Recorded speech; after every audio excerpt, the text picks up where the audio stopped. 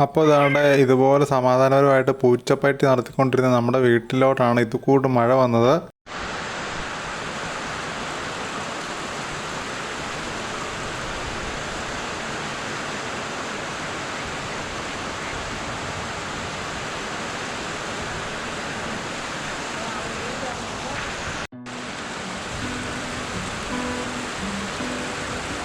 നിങ്ങളുടെ നാട്ടിലെ പോലെ തന്നെ നമ്മുടെ ഇവിടെയും അതിരൂക്ഷമായിട്ടുള്ള മഴയായിരുന്നു 2-3 ദിവസമായിട്ട്. നമുക്കറിയാം കേരളത്തിൽ ഇപ്പോൾ 2-3 ദിവസമായിട്ട് നല്ല മഴയാണ്. പലയിടത്തും ഉരുളൊക്കെ പൊട്ടി.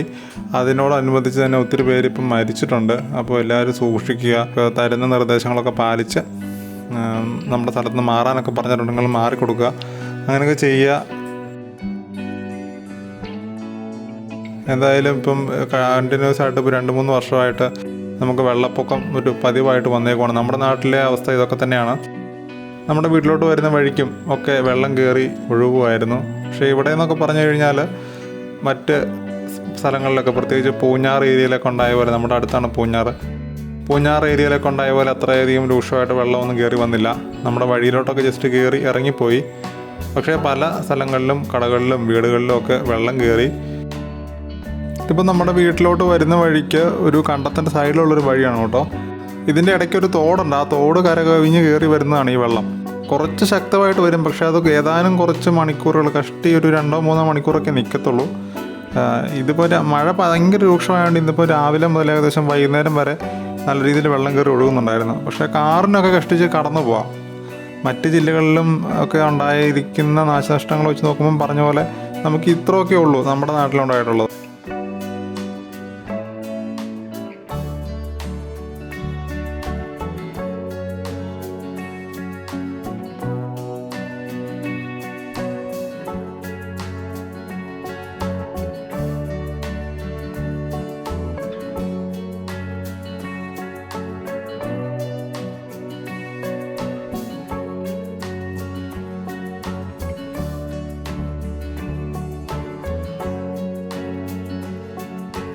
ഇപ്പോൾ ഈ വിഷ്വലിൽ കാണുന്ന ഈ വെള്ളം, ഈ ഒഴുകുന്നൊരു തോട് 2 ദിവസം മുമ്പ് നമ്മളിവിടെ വന്ന് കുളിക്കുകയും മീൻ പിടിക്കുകയൊക്കെ ചെയ്തതാണ്.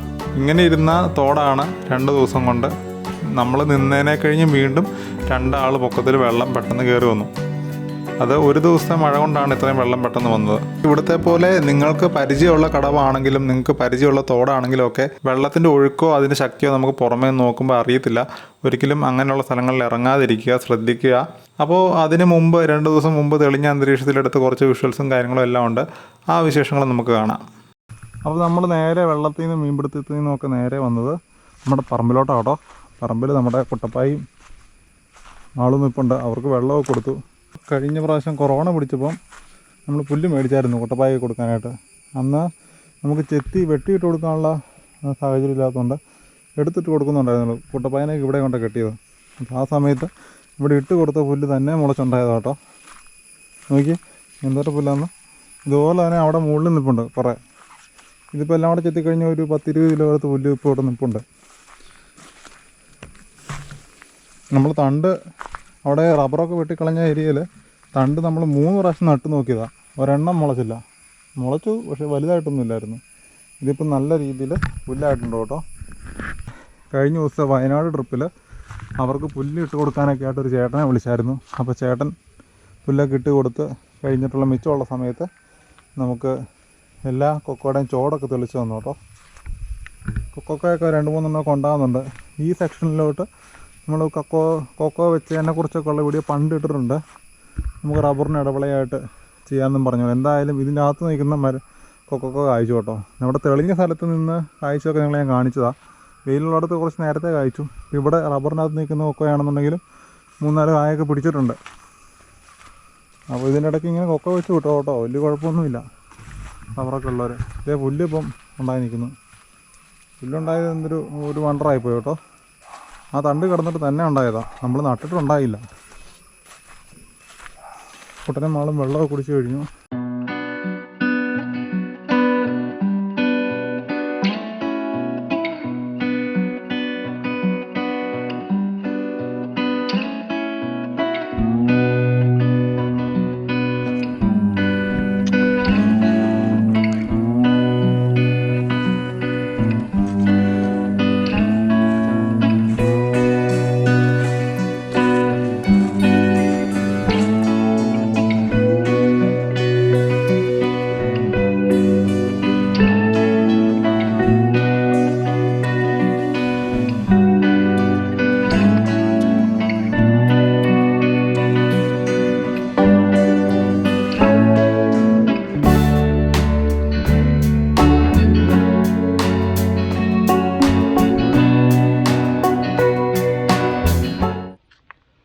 കപ്പളവും ചെറിയ കപ്പളങ്ങയും ഒക്കെ ആയിരുന്നു. പക്ഷെ നല്ല മധുരമായിരുന്നു കേട്ടോ, നല്ല മധുരമുള്ള കപ്പളങ്ങ എപ്പോഴും.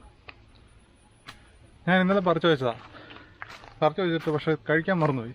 ഇന്ന് വന്ന് കഴിച്ചു, അപ്പോൾ നല്ല മധുരം. അപ്പിക്കുട്ടൻ്റെ വെബ് സീരീസൊക്കെ നിങ്ങൾ കണ്ടല്ലോ, ഇഷ്ടമായോ? പുതിയ പൂച്ചക്കുഞ്ഞിന് ഒത്തിരി പേർക്ക് ഇഷ്ടമായെന്ന് പറയുന്നത് കേട്ടു. അത് ആൾ ഭയങ്കര വികൃതിയാണ് കേട്ടോ, അവള് നമ്മുടെ മ്യാവും. വയനാട് യാത്രയുടെ വീഡിയോ കാണാത്തവരുണ്ടെങ്കിൽ പോയി കാണണേ. കാരണം നമ്മുടെ കമ്മ്യൂണിറ്റി ടാബിൽ ഇതുവരെ വീഡിയോ വന്നില്ല, കണ്ടില്ല എന്നൊക്കെ കമൻറ്റ് കണ്ടു. എനിക്ക് തോന്നുന്നു നോട്ടിഫിക്കേഷൻ്റെ എന്തെങ്കിലും പ്രശ്നമായിരിക്കും. അപ്പോൾ നമ്മളിന്ന് ഇവിടുന്ന് പുല്ല് എത്തുന്നു കേട്ടോ. ഈ ഒരു തെങ്ങിൻ ചോടും 2-3 റബ്ബറിൻ്റെയും ചോട് തെളിച്ച് കഴിഞ്ഞാൽ നമുക്കിന്ന് കുട്ടപ്പായ്ക്കും മാളവിനും കൊടുക്കാനുള്ള പുല്ലാവും. തെങ്ങേൽ തേങ്ങയാണെങ്കിൽ ഉണങ്ങി നിൽപ്പുണ്ട്, ചാടിപ്പോയിട്ടുമുണ്ട്. അപ്പോൾ നമ്മൾ പുല്ല് എത്തി. ചോടൊക്കെ തെളിച്ചപ്പോഴത്തേനും 2 ചക്ക പുല്ല് കിട്ടിയിരിക്കുകയാണ്. പ്ലസ് ബോണസായിട്ട് ഒരു തേങ്ങയും.